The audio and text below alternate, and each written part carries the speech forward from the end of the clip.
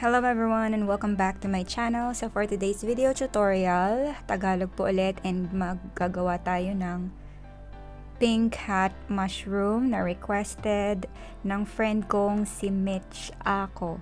Shout out sa iyo Mitch. So let's begin. Ang mga ginamit ko pala ay acrylic yarn. Pwede rin kayong gumamit ng milk cotton yarn, 5 ply. Ang recommended hook para doon ay 3mm or 4mm. So ako ginagamit ko 3mm para mas mahigpit yung stitch. Tapos meron tayong polyfill, pang stuffing, tapos eto na yung iba pa, needle at scissors. Okay, simulan na natin. First round ng mushroom hat na pink color ay magic circle. Tapos 7 single crochets sa loob ng magic circle.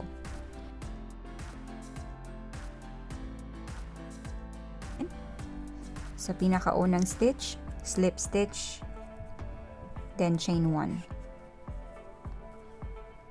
End ng first round. Second round, increase para magkaroon tayo ng 14 single crochets.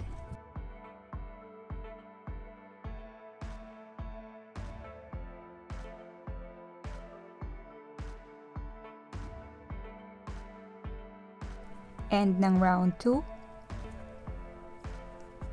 slip stitch, chain 1.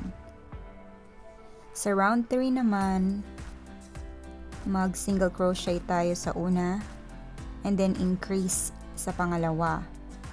Single crochet, then increase para magkaroon tayo ng total of 21 .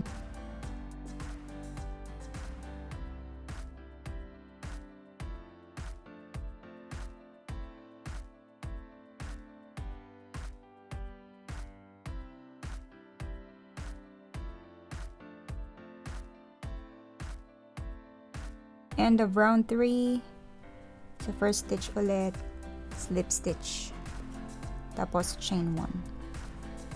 Okay, sa round 4 and 5, mag single crochets lang, 21 single crochets sa round 4 and round 5.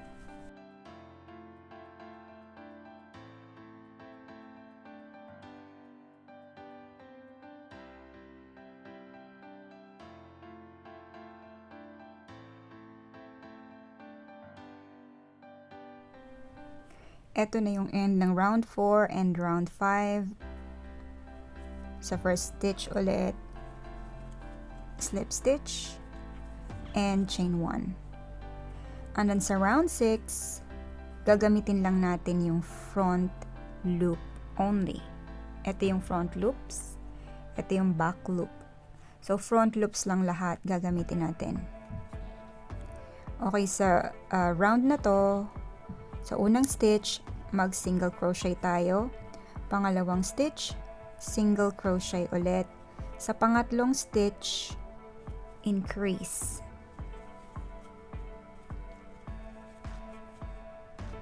So ulitin lang natin, front loop lang lahat. Una, single crochet. Pangalawa, single crochet. Pangatlo, increase.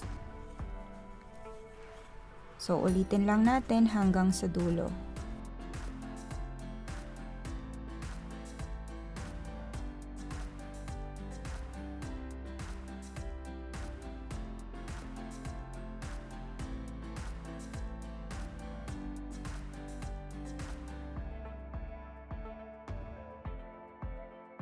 So, ito na yung end ng round 6 na may total na 28 stitches.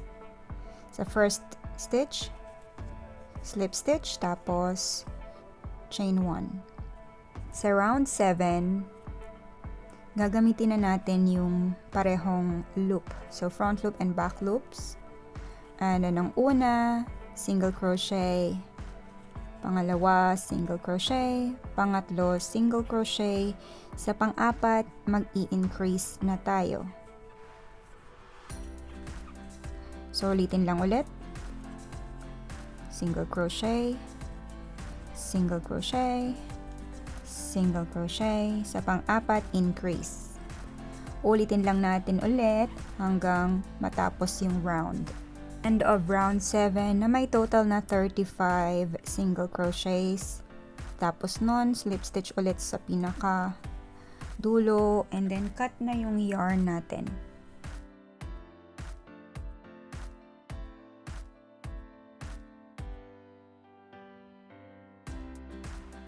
Pwede na nating itahi yung white part ng mushroom hat.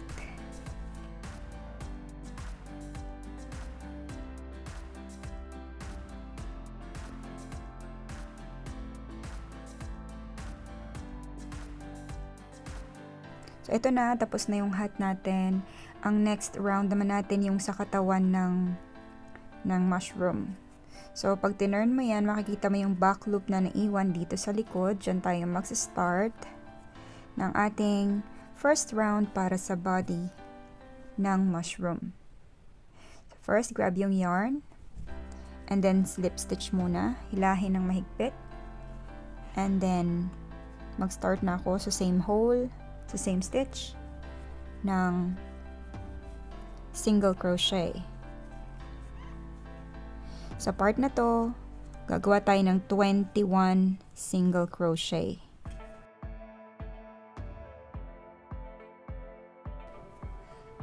And ng round 1 dito sa body part ng mushroom.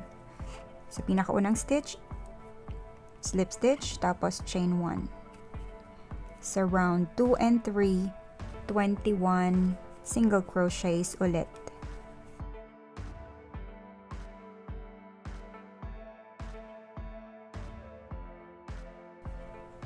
End of round 3, sa pinakaunang stitch, slip stitch ulit, tapos chain 1.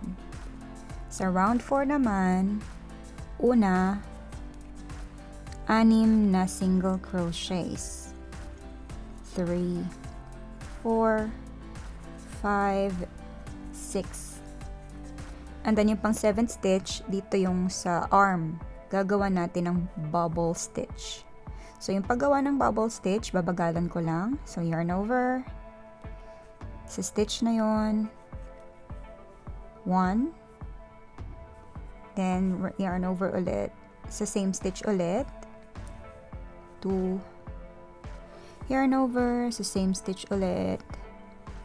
3. Yarn over. Same stitch ulit. And then, pang-apat. Then, yarn over, pull through. Tapos, magsa-start na tayo ng 7 single crochets. 1, 2, 3, 4, 5, 6, 7.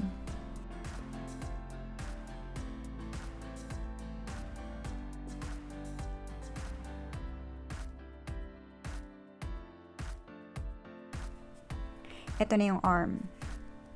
Next arm, bubble stitch ulit.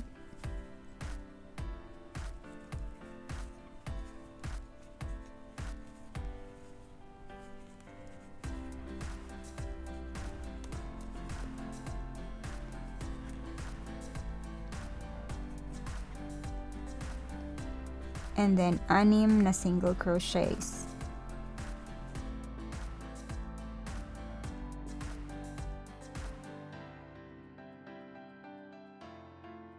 Slip stitch, chain 1. Okay, so tapos na yung round 4 and yung round 5 and 6. 21 single crochets lang. So, round 5 and 6, 21 single crochets.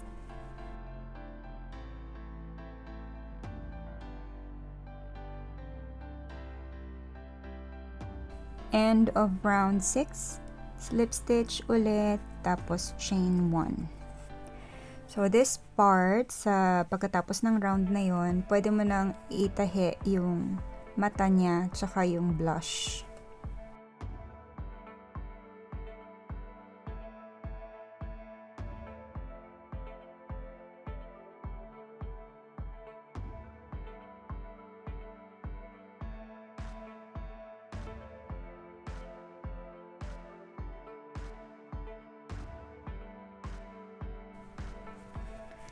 Okay, so i-continue na natin yung round na susunod. Sa round 7, una, gagawa tayo ng 7 single crochets.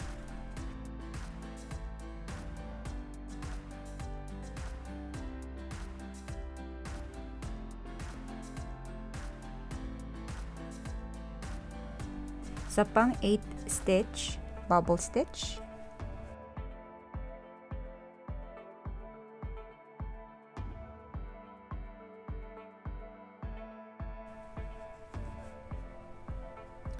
And then 5 single crochet.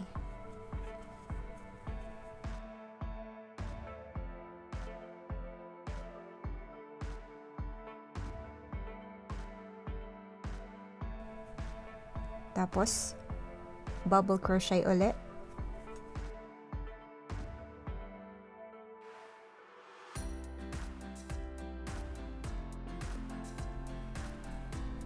And 7 single crochets sa huli.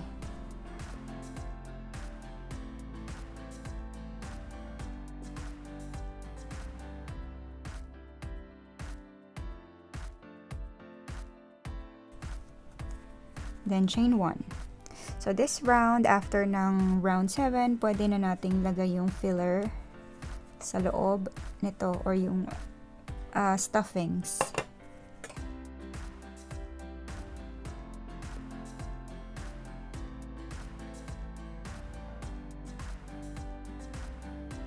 Then continue round 8. Mag-start na tayo sa decreasing. Unang stitch, single crochet. Pangalawang stitch, tsaka pangatlo, i-decrease natin. So, gagawin ko invisible decrease. Ang gagamitin ko lang front loop. Front loop, front loop, yarn over, pull through. Ayan, na-decrease ko na. And then, single crochet ulit. Tapos decrease. Gagamitin natin front loop, decrease. Single crochet ulit. Okay, single crochet, front loop, decrease. Single crochet, tapos yung front loop ulit, and then decrease. So gagawin lang natin yon, single crochet decrease ng 7 times. And ng round 8. So sa round 9, decrease lahat. So front loop ulit, tapos decrease. Gawin lang natin yun ng 7 times. 1, 2, 3. Hanggang sa dulo, decrease lang lahat. End of round 9. Sa pinakaunang stitch ulit, slip stitch na tayo. And pwede nang i-cut yung yarn. So slip stitch and then cut yung yarn. Tapos tahiin yung remaining stitches para masara na natin yung last part.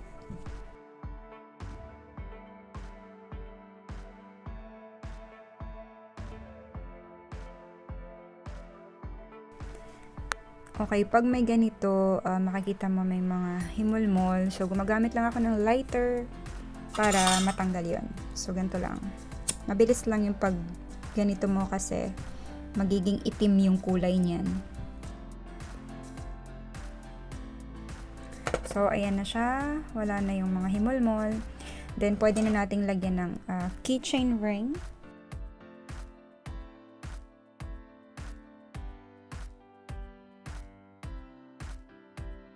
Ito na yung finished product ng ginanchilyo natin for today.